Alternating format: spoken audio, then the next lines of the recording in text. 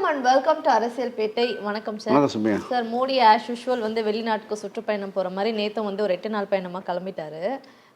அதில் வந்து ராஜீவ் காந்தி இதே மாதிரி வந்து பிரதமரான போது வந்து உலகம் முழுக்க பயணம் பண்ணிட்டு இருந்தார். அப்போ வந்து என்னென்னா அணிசேரா நாடுகளாக அமைப்பில் இருந்த நேரம் சோவியத் ரஷ்யா உடையில அமெரிக்காவுக்கு ஒரு பக்கம் ஒரு ஆதரவு நாடுகள், இந்த பக்கம் சோவியத் ரஷ்யா, அதாவது ஒருங்கிணைந்த ரஷ்ய நாடுகளுடைய கூட்டமைப்பு, அதனுடைய ஆதரவு நாடுகள்னு 2 பக்கம் இருந்தது. அப்போ வந்து இந்தியா 2 பக்கமும் ஸ்டாண்ட் எடுக்காமல் ஒரு நடுநாயகமாக இருந்தது. அதனால் வந்து பல்வேறு நாடுகளுக்கும் பயணம் செய்து பல விஷயங்களை வந்து இது பண்ண. அப்போ தான் கம்ப்யூட்டர்லாம் இந்தியா எப்படி கம்ப்யூட்டரைஸ் பண்ணுறது அப்படிங்கிறதுலாம் ராஜீவ்காந்தி இது பண்ணுறதுக்காக போனார். ஆனாலும் இந்த மாதிரி நிறைய பயணம் பண்ணிட்டு இருந்தார். பயணம் பண்ணிட்டு ஒரு முறை வந்து மாநிலங்களவையில் வந்து ஒரு பதிலளிக்க வரும் பொழுது வைகோ அப்போ வந்து திமுகவுடைய உறுப்பினர் அப்போ எழுந்து அவர் பேசினார். பல நாடுகள் சுற்றுப்பயணங்களுக்கு இடையே இந்தியா வந்து இருக்கும் ராஜீவ்காந்தி அவர்களை வரவேற்கிறேன்னு சொல்லி. எனக்கு வந்து மோடி போயிட்டு வரும்போதுன்னா யாராவது இப்படி வரவேற்றா நல்லா இருக்கும். ஏன்னா இந்தியாவுக்கு பிரதமரா இல்லை அவர் சர்வதேச பிரதமரான்னு தெரியல. இங்கேயே வீட்டடங்கி உட்கார மாட்டாங்க சொல்லலாம். இல்லை அடங்கி வீட்டில் இருக்க மாட்டேங்க கேட்பாங்க. அது மாதிரி இருக்காரு அவர். இதில் கேரளா காங்கிரஸ் பார்த்தீங்கன்னா எக்ஸ் தளத்தில் வந்து ஒரு சூப்பராக மேப் எடுத்து போட்டிருக்காங்க. அந்த மேப்லேயே வந்து அவங்க மேப் பண்ணியிருக்காங்க, இவர் எங்கெல்லாம் போயிருக்காரு, எங்கெல்லாம் போன இடம்லாம் பார்த்தீங்கன்னா அப்படியே செகப்பாக இருக்குது. அப்படின்னு பார்த்தோன்னா முக்கால்வாசி மேப் வந்து செகப்பாக தான் இருக்குது. ஆனால் அவர் வந்து இந்தியாவிலேயே பல இடங்களை வந்து மிஸ் பண்ணியிருக்காரு சார். முதல்ல இதை ஃபஸ்ட்டு வந்து அவர் கவர் பண்ணி மணிப்பூருக்கு போயிருக்கணுமா இல்லையா, அதுதான் மிஸ் பண்ணியிருக்காரு நிறைய இடங்கள். அதை விட்டு வேர்ல்டு டூரில் வந்து இருக்காரு. அதில் வந்து என்னென்னா அடுத்து விஸ் லிஸ்ட் போட்டிருக்காங்க பாருங்க, அதான் பக்கெட் லிஸ்ட். அடுத்து எங்கெங்கெல்லாம் அவர் போக விரும்பணும் அப்படிங்கிறத வச்சுருக்காங்க. அது ரொம்ப கம்மியாக இருக்குது. அதையும் முடிச்சுட்டாருன்னா அந்த 4 வருஷத்துல அவர் வந்து நிம்மதியா இருப்பார்னு நினைக்கிறேன். ஒரே பிரதமர், முதியவர், ஒரே முதியவர் அவர் தான். அந்த வகையில் வந்து அது ஓகே. ஆனால் இப்போ வந்து மோடியினுடைய பயணத்தினால் இந்தியாவுக்கு என்ன நன்மை விளையுது அப்படிங்கிற ஒரு விஷயம் இருக்குல்ல. இப்போ பிரிக்ஸ் மாநாட்டில் போய் கலந்துக்கணும் அப்படின்னா நீங்கள் கலந்துக்கலாம். அங்கே போய் அதன் மூலமாக இந்தியாவுக்கு என்ன நன்மை விளையுது. பிரேசில் உள்ளிட்ட நாடுகளுடைய கூட்டமைப்பு தான் பிரிக்ஸ் மாநாடு. அதில் இந்தியாவும் இருக்குது. போய் கலந்துக்கிறார், ரைட்டு, ஓகே. என்ன பேசுகிறார், ஆக்கப்பூர்வமாக என்ன பேசுகிறார், அதன் மூலமாக இந்தியாவுக்கு என்ன விதமான கொள்கை ரீதியான இந்தியாவுக்குள்ள மாற்றங்கள் உருவாகுது. இப்போ நீங்கள் சூழலியல் பிரச்சனையை பற்றி நம்ம பேசிக்கிட்டு இருந்தோம்னா இன்றைக்கி வந்து அண்டார்டிகாவில் 1,00,000 கிலோமீட்டர் சதுர கிலோமீட்டருக்கு வந்து பனி அதிகமாக உருவாகி இருக்குது அப்படின்னு சொல்கிறாங்க. ஓசோன் லேயரை பற்றி ஒரு பேச்சுவார்த்தைகள் நடந்து போயிட்டு இருந்தது. இப்போ ஓசோனில் எங்கேயுமே ஓட்டையே இல்லை, அனைத்து ஓசோன் ஓட்டைகளும் மூடிவிட்டன அப்படிங்கிற செய்திகள் வருது. இப்போ நீங்கள் வந்து இது மாதிரிலாம் இருக்கும்போது இந்த மாநாடுகள் வந்து எதுக்குன்னா இந்த மாதிரியான விஷயங்களை வந்து தடுப்பது எப்படி, இந்த மாதிரியான எமிஷன் கண்ட்ரோல் இதெல்லாம் வந்து பேசுறதுக்கான ஒரு விஷயமா இருக்கும். அதே மாதிரி வர்த்தக ரீதியான உறவுகள், இதன் மூலமாக புதிய வர்த்தகம், இப்போ இந்த ஏஐ மாதிரி ஒரு விஷயங்கள் வந்திருக்குன்னா அதன் மூலமாக வேலைவாய்ப்பை இழக்கக்கூடியவர்களுக்கு என்ன புதிதாக என்ன செய்கிறது, புதிய வரக்கூடிய தொழில்நுட்பத்தை அடிப்படையில் வந்து என்ன பண்ணுறது. இப்போ வந்து ஒரு ட்ரோன் வந்துருக்குன்னா ட்ரோனே பெரிய லெவலில் வந்து இப்போ பயன்படுத்தலாம். அப்படி பயன்படுத்தக்கூடிய சூழல் வரும்போது அதை எப்படி வந்து ஒரு விமான போக்குவரத்துக்கு பாதுகாப்பு இல்லாமல் பிரச்சனை இல்லாமல் நம்ம பயன்படுத்துறது, இது மாதிரி பல விஷயங்களை பற்றி பேசுவாங்க. இவர் போய் பேசுகிறக்கூடிய இந்த மாநாடுகளில் கலந்து கொள்ளக்கூடிய மாநாடுகளில் இவர் என்ன பேசுகிறாரு, அதன் மூலமாக என்ன விளைவுகள் வருது. சர்வதேச தீவிரவாதத்தை பற்றி பேசும்போது இவர் வந்து இந்தியாவுக்கு ஆதரவாக ஒருத்தர் கூட நிலைப்பாடு எடுக்கல. எல்லை கடந்த தீவிரவாதம், எல்லை கடந்த பயங்கரவாதத்தை பற்றி எல்லாம் ஒவ்வொரு நாடுகளுக்கும் ஒரு கருத்து இருக்கும் இல்லையா. இத்தனை மாநாடுகளில் போய் கலந்துக்கிறாரு, கூப்பிடாத மாநாடுகள் கூட அப்பாயின்மெண்ட் வாங்கிட்டு போய் பார்க்குறாரு, இவ்வளவும் பண்ணுறாரு இல்லையா. அப்படின்னா இந்தியாவுக்குள்ளே ஊடுருவி காஷ்மீரில் 28 பேர் அப்பாவியில் கொலை செய்தாங்க. அதற்கு பழிவாங்குவதற்காக தீவிரவாதிகள் முகாம் மீது போய் வந்து இந்திய ராணுவம் தாக்குதல் நடத்துது. தாக்குதல் நடத்தும் போது இந்தியாவினுடைய அரசியல் தலைமை வந்து பாகிஸ்தான் ராணுவம் தாக்க வந்தால் தாக்காதீங்க அப்படின்னு வந்து சொல்லுதுங்கிற செய்தியெல்லாம் வரும்போது, அப்போ அந்த போரில் கூட வந்து பார்த்திங்கன்னா அமெரிக்கா தலையிட்டு உடனடியாக நிறுத்த சொன்னாங்க, நான் நிப்பாட்டிட்டோம் அப்படின்னு சொல்லி 13 முறை வந்து ட்ரம்ப் சொல்லியிருக்காரு. இப்போ இவ்வளவும் நடக்குதுன்னா அப்போ இவர் போகிறதுனால என்ன பயன்? யாராவது இந்தியாவுக்கு ஆதரவான ஸ்டாண்ட் எடுத்தாங்களா? இவர் வந்து இஸ்ரேலுக்கு ஆதரவான ஸ்டாண்ட் எடுத்தார். இவர் வந்து இது வரைக்கும் இந்தியா உருவானதுலேருந்து பாலஸ்தீனத்துக்கு ஆதரவாக தான் இருந்திருக்குது. மோடி ஆட்சி காலத்தில் தான் இஸ்ரேலுக்கு ஆதரவாக மாற்றியிருக்காரு இந்தியாவுடைய வெளியுறவு கொள்கையை. அதனால் விளைந்த பயன் என்ன? உங்களுக்கு ஏதாவது நல்லது நடந்துச்சா? கிடையாது. இதுதான் இது. இப்படி இருக்கும்போது இப்படியான ஒரு பயணங்கள் வந்து எதற்கான இந்த பயணங்கள் தேவை அப்படிங்கிற ஒரு கேள்வி இருக்குது. இவருடைய எல்லா பயணங்களுமே வந்து பயனற்ற பயணங்களாக தான் இருக்குது. அவருடைய சுய லாபத்துக்காக, அதாவது சுய ஒரு ஒரு சுற்றி பார்க்கக்கூடிய மனநிலைக்கு தான் அந்த பயணங்கள் போயிருக்கேங்கிறத சந்தேகமாக இருக்குது நமக்கு. இப்போ அந்த கானா அப்படின்ற கௌரவ பட்டம் வேற அங்க ஆமா. கொடுத்துருக்காங்க. ஸோ இந்த மாதிரியான விஷயங்களுக்கு தான் ஆப்பிரிக்காவில் இன்னும் போக வேண்டிய நாடுகள் நிறைய இருக்கு போல. ஆப்பிரிக்கா தான் கொஞ்சம் இதாக தெரியுது. மற்ற நாடுகள் பக்கம்லாம் மெயினாக எல்லா ஊருக்கும் போயிட்டு வந்துட்டாரு. ஆப்பிரிக்காவும் கிரீன்லாண்டு போனவர், அதெல்லாம் போயிட்டு வந்துட்டாருன்னா சரியாக இருக்கும்.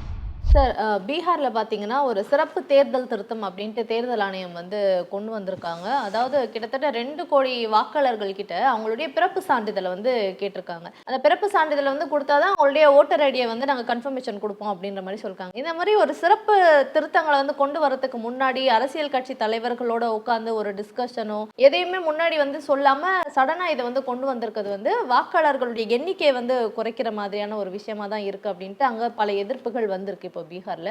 ஆனா ஏன் தேர்தல் ஆணையம் இப்படி யார்கிட்டயுமே கேட்காம இந்த ஒரு முடிவு எடுத்திருக்காங்க? இல்லைங்க, தேர்தல் ஆணையம் செய்வது வந்து மிக மிக மோசமான விஷயம். இந்தியா கூட்டணியினர் போய் வந்து புகார் கொடுத்துருக்காங்க.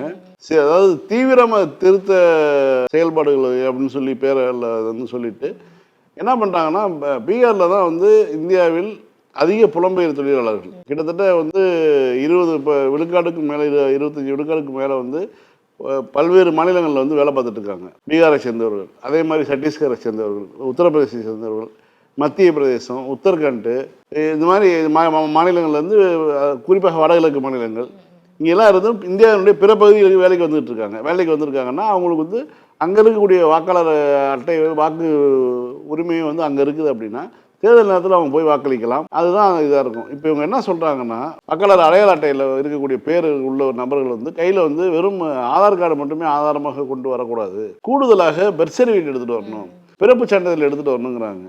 இல்லாவிட்டால் வந்து இந்த 2 கோடி பேரை நாங்கள் நீக்கிடுவோங்கிறாங்க.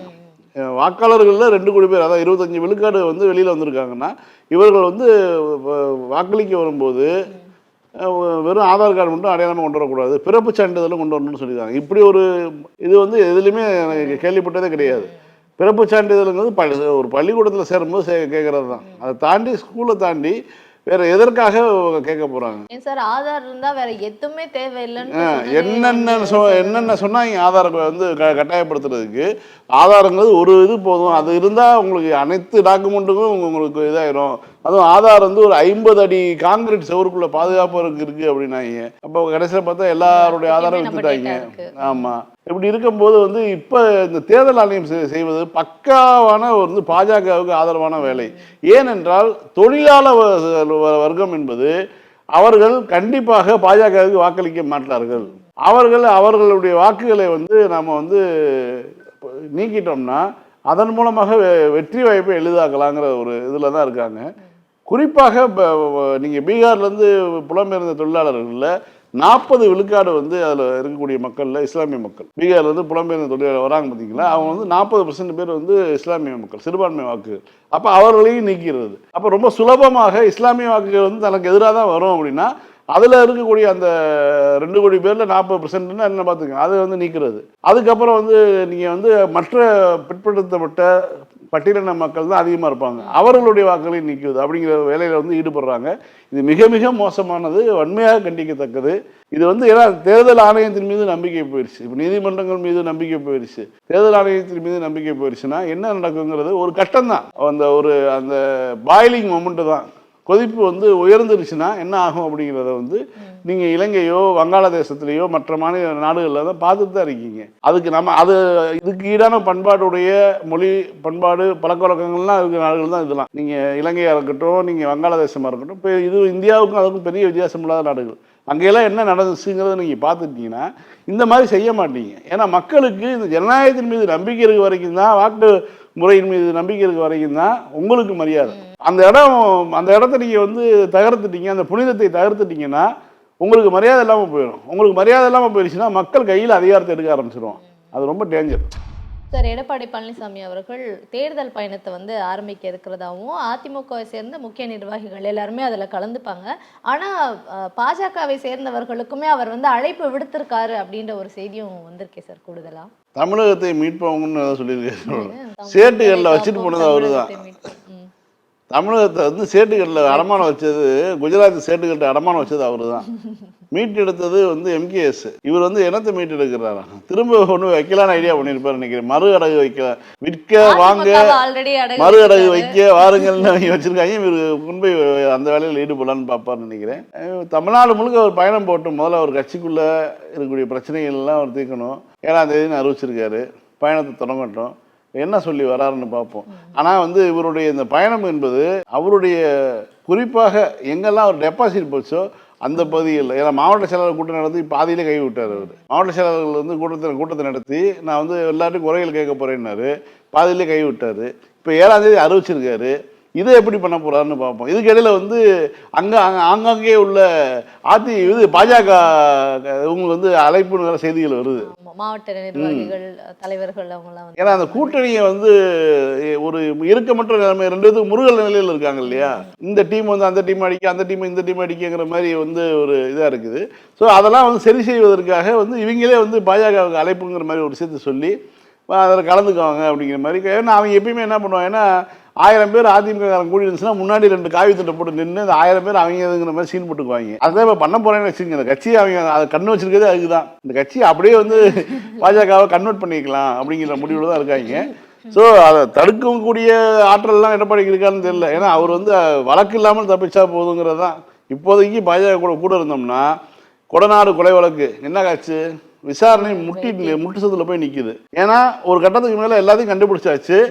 ட்ராய் வந்து அந்த தொலைபேசி உரையாடலில் வந்து எந்த நம்பருக்கு போச்சுங்கிறத கொடுக்கணும்.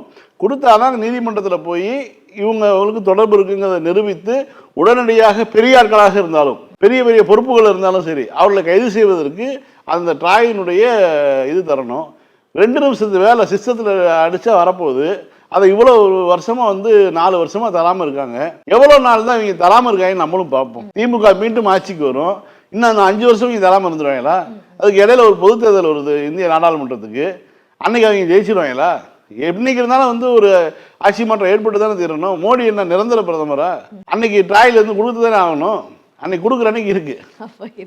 அன்னைக்கு யாரை மீட்கலான்னு பார்க்கலாம். சார், டெல்லியில் இந்த மாசு கட்டுப்பாடு பிரச்சனை மிகப்பெரிய அளவில் வந்து போயிட்டு இருக்கிறதால 10 வருடங்களுக்கு பழமையாக இருக்கக்கூடிய கார்களுக்கு பெட்ரோல் டீசல் வந்து கொடுக்காம தடை பண்ணிட்டு இருக்காங்க. காருங்களையே வந்து தடை பண்ணிட்டு இருக்கக்கூடிய நிலைமை வந்து பார்க்க முடியுது. இல்லைங்க, இது வந்து பாஜகவை வாக்களித்த மக்களுக்கு, டெல்லி மக்களுக்கு, இப்போ வெற்றி பெற வைத்த மக்களுக்கு அது கொடுக்கக்கூடிய பரிசு. நீ என்னன்னா, இந்திய மனநிலை என்பதே வந்து நீங்கள் ஒரு பொருளை வந்து எவ்வளோ நாளைக்கு உழைக்கும் அப்படின்னு தான் வாங்குவாங்க. ஒரு பேனா வந்து ஹிட் அடிக்குது அப்படின்னா, ஒரு ரெனால்ட்ஸ்னு ஒரு பேனா வந்து வந்தது 30 ஆண்டுகளுக்கு முன்பாக, 35 ஆண்டுகளுக்கு முன்பாக அந்த பேனா வருது கம்பெனி. அந்த நிறுவனம் வந்து வெற்றி பெறுவதற்கான காரணம் என்னென்னா விலை குறைவு, அதிக உழைப்பு. அந்த இது மாதிரியான ஒரு விஷயம் தான் இந்திய மனநிலையில் வந்து நம்ம வெற்றி பெறும். ஒரு ஷாம்பு இங்கே வருது, சிக் ஷாம்புன்னு ஒன்று வருது, கிளினிக் ப்ளஸ்ன்னு ஒன்று வருது, ஷாஷே வடிவத்தில் வருது. ₹1 ஷாம்பு கிடைக்குது. இன்றைக்கி அந்த ஷாம்பு ₹1 கிடைக்குது. நாங்கள் 30-40 வருஷத்துக்கு முன்னாடி ₹1 கிடைச்சது. அப்போ வந்து அது இந்திய மனநிலைக்கு என்ன கொடுக்கணுமோ அதை வந்து அந்த நிறுவனங்கள் கொடுத்து வெற்றி பெற்றன. அப்போ நம்ம ஒரு பொருளை வாங்கும்போதே எவ்வளோ நாளைக்கு உழைக்கும், லாங் டர்மாக வருமா, இதுதான் நம்ம யோசிப்போம். இன்றைக்கி வந்து ஒரு மொபைல் வருதுன்னா மொபைலில் வந்து 3 வருஷம் கழிச்சு 4 வருஷம் கழிச்சு அப்டேட் அனுப்ப மாட்டேங்கிறான். அப்டேட் கிடையாது, அதுக்கு மேலே வந்து நீங்கள் புதுசு வாங்கிக்கோ அப்படின்னு சொல்கிறான். அப்படின்னா அந்த தேவை உள்ளவர்களுக்கு. ஆனால் இது எல்லோருக்கும் கிடையாது. வயதானவர்களுக்கோ, முதியோர்களுக்கோ, நடுத்தர ஏழை மக்களுக்கோ ஒரு ஃபோனுங்கிறது வந்து தொடர்பு சாதனம், அவ்வளோதான். அது மாதிரி தான் இருக்காங்க. அந்த ஃபோன் எவ்வளோ நாளைக்கு உழைக்குங்கிறத பொறுத்து தான் இருக்குது. இப்படிலாம் இருக்கக்கூடிய யோசிக்கக்கூடிய மனநிலை ஒரு நாட்டில் நம்ம ஏன் தங்கத்தை அதிகமாக வாங்குகிறோம்? ரொம்ப ஒரு உறுதியான உலோகம். நம்ம வந்து அதை சேமிப்பை போட்டு அதுக்கு வந்து விலை குறையாது, எப்படியோ உயர்ந்துக்கிட்டே தான் போகும். நம்மளுடைய முதலீட்டு அதில் வைக்கலாம், ரொம்ப சுலபமாக வந்து கைமாற்றிக்கலாம். ஒரு பணத்தை போலையோ மற்றது போலையோ எதுக்கும் பிரச்சனை கிடையாது. எதுவும் நனைஞ்சாலும் கரைஞ்சாலும் தீ பிடிச்சாலும் எது பண்ணாலும் ஒன்றும் ஆகாது. இதுதான் காரணம். இப்படி இருக்கக்கூடிய ஒரு நாட்டில் நீங்கள் வந்து ஒரு ஸ்கிராப் பாலிசியை வந்து யார் கொண்டு வந்தா? ஸ்கிராப் பாலிசியை கொண்டு வந்தது நிதின் கட்கரி. ஸ்கிராப் பாலிசி கொண்டு வந்து 15 ஆண்டுகள் ஓடிய வாகனத்துக்கு பிறகு டேக்ஸ், அதுக்கு இரட்டை வரி போடணும். அதை வந்து விற்றுட்டாங்கன்னா, அதை விற்றுட்டு ஈவி வாங்கினீங்கன்னா அவங்களுக்கு வரி குறைவு, சலுகை இதெல்லாம் கொடுக்குறோம். நீங்கள் 15 ஆண்டுக்கு பிறகு நீங்கள் ரோட்டில் ஓட்டினீங்கன்னா 3 மடங்கு வரி கட்டணும். இது மாதிரிலாம் வந்து விஷயங்களை வந்து கொண்டு வந்தது யார்? ஸ்கிராப் பாலிசி கொண்டு வந்தது நிதின் கட்கரி. இப்போ என்ன கை காட்டுறாங்க? உச்சநீதிமன்றத்தை கை காட்டுறாங்க. காரணம் வந்து டெல்லியில் இருக்கக்கூடிய அந்த சூழலியல் பிரச்சனையை காட்டி அங்கே பண்ணுறாங்க. ஆனால் இந்தியா முழுவதும் இப்போ இதை தான் செய்ய போகிறது தான் அவங்களுடைய திட்டம். இப்போ என்ன பண்ணுறாங்க, பெட்ரோல் பங்கில் வந்து நீங்கள் பெட்ரோல் போட வந்ததுன்னா அந்த வண்டியினுடைய ஆர்சி புக்கை பார்த்து நம்பரை பார்த்து உடனடியாக வண்டியை கைப்பற்றுறாங்க. இது டெல்லியில் நடக்குது. இது வந்து எதற்காகனா டெல்லியில் வந்து சூழலியல் பிரச்சனை இருக்குது, காற்று மாசு இருக்குது. அதன் காரணமாக வந்து நாங்கள் வந்து டெல்லிக்குள்ள எலக்ட்ரானிக் வெஹிக்கிளும் முதல்ல கேஸ் வெஹிக்கிள் அலோவ் பண்ணியிருந்தாங்க. இப்போ ஈவி தான் வந்து யூஸ் பண்ணணும்னு சொல்லிட்டு அது வந்து இது பண்ணிட்டு இருக்காங்க. இப்போ இந்த மாதிரியான ஒரு சூழலில் இங்கே நம்ம வந்து கேட்கக்கூடிய கேள்வி, நீங்கள் ஸ்கிராப் பாலிசி வச்சுருக்கீங்களே, அதை நீங்கள் அமெண்ட்மெண்ட் கொண்டு வந்துட்டீங்க, கொண்டு வந்ததுக்கு பிறகு அதை அமைதியாக இருக்கீங்களே, ஏன் ஒரு காலத்துக்காக வெயிட் பண்ணுறீங்க? இந்தியா முழுவதும் கொண்டு வர போகிறீங்க. நீங்கள் இந்தியா முழுவதும் கொண்டு வந்து இருக்கக்கூடிய கார்களை ஒரு குறிப்பிட்ட காலம் தாண்டிடுச்சுன்னா அதை நீ பயன்படுத்த முடியாதுன்னு சொல்லிட்டு அதை வந்து ஸ்கிராப் ஆக்கிடுறது. நீ கொண்டு போய் ஸ்கிராப்பாக போய் இறக்கி போடணும், நீ வந்து புது கார் வாங்கி ஆகணும். இப்போ கார் நிறுவனங்கள் என்ன பண்ணுறாங்கன்னா, நீ கார் வாங்க வேணாம், நீ என்ற காரை வாடகைக்கு எடுத்துக்கோ, புது காரை வாடகைக்கு எடுத்துக்கோ, மாதம் 10,000 கொடு, மாதம் 12,000 கொடு, நீ வந்து ஓட்டுற வரைக்கும் ஓட்டிக்கோ, அதுக்கு பிறகு என் காரை கொடுத்துரு அப்படி. அந்த அளவுக்கு வந்து கார்களினுடைய உற்பத்தி பெருகி இருக்கனால இவங்க என்ன பண்ணுறாங்கன்னா, ஏற்கனவே இருக்கக்கூடிய கார்களை வந்து குறைக்கணும், ஓடிட்டு இருக்கக்கூடிய கார்களை வந்து நிறுத்தி வைக்கணுங்கிறதுக்காக புதிய ஸ்கிராப் பாலிசி கொண்டு வந்திருக்காங்க. அதாவது டெல்லி மக்கள் பாதிப்புக்குள்ளாகிறதுக்கே வந்து நாடு முழுக்க ஒரு எதிரொலிப்பாக இருக்குது. ஆனால் இந்தியா முழுவதும் இதை செய்வதற்கான திட்டத்தில் தான் பாஜக இருக்குங்கிறது தான் மிகப்பெரிய ஒரு உண்மை. சார், அப்போ மாசுக்கும் அதுக்கும் சம்பந்தம் இல்லையா? அதான் காற்று மாசு ஒரு காரணமாக சொல்லப்பட்டாலும் அந்த டெல்லியில் மட்டும்தான் காற்று மாசு. டெல்லியும் நியூ டெல்லின்னு சொல்கிறாங்களே, அந்த 2 பகுதியில் மட்டும்தான் காற்று மாசு காரணமாக இதை வந்து ரொம்ப நாளாகவே வந்து நீதிமன்றத்தில் போய் சொல்லி அதை வந்து டெல்லிக்குள்ளே வந்து டீசல் வாகனங்களை தடை செஞ்சாங்க. அதுக்கப்புறம் பெட்ரோல் வாகனங்களை தடை பண்ணாங்க. அப்புறம் வந்து கேஸில் இயங்கக்கூடிய வாகனங்கள் மட்டும்தான் இருக்கணுங்கிற மாதிரி சொன்னாங்க. இப்போ வந்து இவி வெஹிக்கிள் மட்டும் சொல்லியிருக்காங்க. அப்போ வந்து ஒரு கேஸ் வண்டியாக இருந்தாலும் கூட 15 ஆண்டுகளுக்கு முன்பான வண்டியை பிடிக்கிறது, வண்டி ஓடக்கூடாதுன்னு சொல்கிறது, இந்த மாதிரி ஒரு வேலையில் ஈடுபடவும் தான் வந்து அவர்களுக்கு வந்து விமர்சனங்கள் ஏற்கப்படுது. ஆனால் நம்ம கேட்குறது என்னென்னா, இது வந்து டெல்லியில் நீங்கள் பண்ணுறீங்க, டெல்லியில் கூடிய மக்கள் அடர்த்தியான மக்கள் அடர்த்தி இருக்குது, காற்று மாசு இருக்குங்கிற பிரச்சனைலாம் ஓகே. ஆனால் நீங்கள் நாடு முழுவதும் ஸ்கிராப் பாலிசியை கொண்டுட்டு அதை அமல்படுத்தாமல் வச்சுருக்கீங்களா அமைதியாக? எதுக்கு? ரைட் டைம்க்காக, ஒரு நேரத்துக்காக நீங்கள் வெயிட் பண்ணுறீங்க. ஏதோ ஒரு மாநிலத்திலேருந்து தொடங்கி அது எல்லா பக்கமும் நீங்கள் கொண்டு வருவீங்க. இதை பற்றி உங்களை பற்றியான எல்லா அறிதலுடன் தான் தமிழ்நாடு இருக்குது. சார், ஜூலை 1ஆம் தேதியிலிருந்து ஓரணியில் தமிழ்நாடு அப்படின்ற ஒரு திட்டம் மூலமா உறுப்பினர்களை வந்து திமுகவில் சேர்க்கறது அப்படின்றத தாண்டி நம்ம தமிழ்நாட்டையும் தமிழ் மண்ணையும் வந்து நம்ம எல்லாருமே ஒரு டீமா இருந்து பாதுகாக்கணும் அப்படின்ற ஒரு விஷயத்துக்காக இதை பண்ணிட்டு இருக்காங்க. அது ஆரம்பிச்ச அந்த நாள்ல இருந்து பல நிர்வாகிகள் நேரடியாக மக்களை அவங்கவுங்க வீட்டிலேயே போய் சந்திக்கிற அந்த காட்சிகள் எல்லாம் பார்த்தோம். பட் இன்னைக்கு வந்து முதலமைச்சர் அவர்களே வந்து ஒருத்தருடைய வீட்டுக்கு போயிட்டு நேரடியாக சந்திச்சு அவங்க கிட்ட வந்து உரையாடலை மேற்கொண்டதையும் பார்க்க முடியுது. இல்லை, இது ரொம்ப நம்ம அன்னைக்கு திட்டம் தொடங்கிய போதே பேசணும். நம்ம 2 நாளைக்கு முன்பாக, அதாவது முதலமைச்சர் போய் கேட்ட கேள்விகள் என்னன்னா, நீங்கள் வந்து உங்களுடைய பணம் மாதந்தோறும் வந்து ஒழுங்கு கிரெடிட் ஆகுதா அப்படின்னா, இல்லை ஆகிருதுங்கய்யா, கரெக்டாக அந்த தேதிக்கு ஆகிடுது. அது ஒரு அந்த 15ஆம் தேதி என்பது வந்து ஒரு அரசு விடுமுறையாக இருந்தால் முதல் நாள் கிரெடிட் ஆகிடுது. நீங்கள் வந்து அரசு பேருந்துகளில் வந்து நகர்ப்புற பேருந்துகளில் வந்து பயன்படுத்தணும், என்னென்ன திட்டங்களை பயன்படுத்திக்கிறீங்க, இந்த மாதிரியான கேள்விகள்லாம் கேட்டுட்டு அவர் வந்து கிட்டத்தட்ட என்னென்னா தமிழ்நாடு முழுக்க வந்து திமுக தொண்டர்கள் வந்து வீடு வீடாக போக இருக்காங்க. போய் இந்த பயனாளிகள் திமுகவினுடைய பல்வேறு திட்டங்கள் மூலமாக ஏதோ ஒரு வகையில் ஒருத்தவங்க பயன்பெற்றிருப்பாங்க இல்லையா, அதெல்லாம் சொல்லி கேட்டு அதை பயன்பெற்றீங்களா, என்ன பிரச்சனை இருக்குது, அதெல்லாம் கேட்டதுக்கு பிறகு கடைசியாக ஒரு கேள்வி, நீங்கள் திமுகவில் இணைய விரும்புகிறீங்களா அப்படிங்கிறது தான். இது வந்து ஒரு தலைவன் வந்து மற்ற எல்லோருக்கும் எடுத்துக்கக்கூடிய ஒரு பாடம், என்ன மாதிரி இப்படி நீங்கள் அப்ரோச் பண்ணணும் அப்படிங்கிறத வந்து ஒரு முதலமைச்சர் அது என்பதை தாண்டி அவர் கட்சியினுடைய தலைவர், அதுதான் அவர் பெருமைக்குரிய பதவி என்பது திமுகவினுடைய தலைவர் என்பது தான் அவருக்கு பெருமைக்குரிய பதவி. அந்த இடத்துல ஒரு திமுகவினுடைய தலைவர் வந்து தொண்டர்கள் எப்படி நடந்து கொள்ள வேண்டுங்கிறத அவர் வந்து எடுத்து காட்டியிருக்கார்.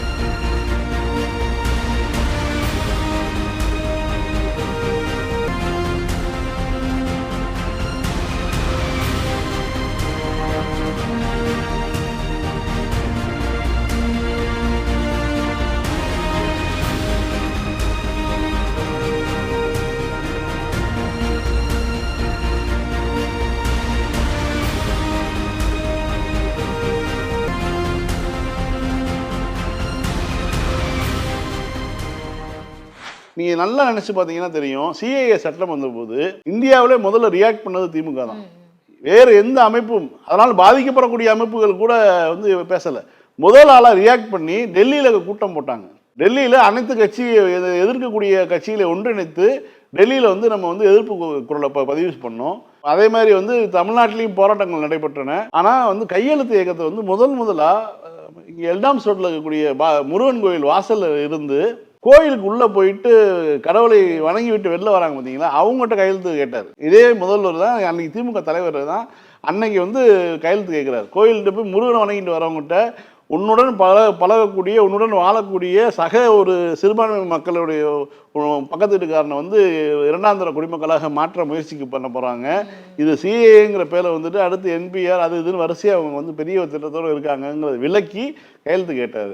அந்த ஃபோட்டோக்கள் கூட இன்னைக்கு இருக்குது. அவர் வந்து அதுதான் அவர் செய்யக்கூடிய ஒவ்வொரு செயலுமே வந்து யார்கிட்ட போய் அப்ரோச் பண்ணுங்கிறது. அதுக்கு பிறகு பார்த்தீங்கன்னா பல இடங்களில் வந்து இந்துக்கள்கிட்டையும் குறிப்பாக கோயில் பூசாரிகிட்ட கூட வந்து சிஏக்கு எதிராக கையெழுத்துக்களை திமுகவினர் வாங்கினாங்க. அந்த படங்கள்லாம் ரொம்ப இதாகிடுச்சு. அதுதான் ரொம்ப முக்கியமாக மக்கள் மத்தியில் வந்து போய் சேர்ந்தது. சென்னையில் நடந்த போராட்டத்தில் கூட பார்த்தீங்கன்னா அந்த சிறுபான்மை மக்களுடன் இருந்தது வந்து பார்த்தீங்கன்னா இந்து பெண்களும் கிறிஸ்தவ பெண்களும் தான் வந்து அதிகம் பேர் கலந்து கொண்டு போராட்டத்தில் ஈடுபட்டாங்க. இந்த காட்சிகள் நம்ம பார்த்தோம். இதை வந்து நிலையை உருவாக்குறது யாருன்னா இவர் செய்த செயல் தான். எடுத்து தன்னுடைய போராட்டத்தை ஒரு மக்களுக்காக, சிறுபான்மை மக்களுக்காக ஒரு ஆதரவான ஒரு போராட்டத்தை பெரும்பான்மை மக்கள் வழங்கக்கூடிய ஒரு முருகன் கோயில் வாசல் இருந்து கோயிலுக்கு உள்ளே போயிட்டு வராங்க பார்த்தீங்களா, வணங்கி விட்டு அவங்கள்ட்ட கையெழுத்து கேட்டு தான் ஆரம்பித்தார். அப்படியேப்பட்ட ஒரு தலைவர் தான். இந்த செயலுமே அப்படி தான். ஓரணியில் தமிழ்நாடுன்னு ஒரு மூமெண்ட்டை ரெடி பண்ணுறாருன்னா அதை போய் எப்படி பேசுவது, யார்கிட்ட என்னென்னலாம் சொல்லி கேட்பது. நம்ம வந்து நேரடியாக போய் திமுகவில் சேருங்கன்னு கேட்கல. இந்த மாதிரி திட்டங்கள்லாம் இருக்குது. இதை விட பல்வேறு திட்டங்கள் நம்ம போட்டு நாட்டை மேம்படுத்த வேண்டும். இன்னும் சிறப்பாக நம்மளுடைய குழந்தைகளுக்கு வருங்காலத்தை வந்து காட்ட வேணும். அப்படின்னா அதுக்கு என்ன வழினா, அது திமுக தொடர்ந்து ஆட்சி பொறுப்பில் இருக்கணும். அப்படிங்கன்னா அதுக்கு என்ன பண்ணணும், நீங்களும் உறுப்பினர் ஆகணும்னு சொல்லி கேட்கணும். இந்த கேள்வியெல்லாம் வந்து முதலமைச்சர் செய்து காட்டி ஒட்டுமொத்த தொண்டர்களுக்கும் ஒரு பாடம் எடுத்திருக்காருன்னு நம்ம பார்க்க முடியும். ஃபைன் சார், திரும்ப நாளைக்கு இந்த நிகழ்ச்சியை சந்திக்கலாம். மீண்டும் நாளை மாலை 6:30 மணிக்கு அரசியல் பேட்டை நிகழ்ச்சியில் சந்திக்கலாம். நன்றி. நன்றி.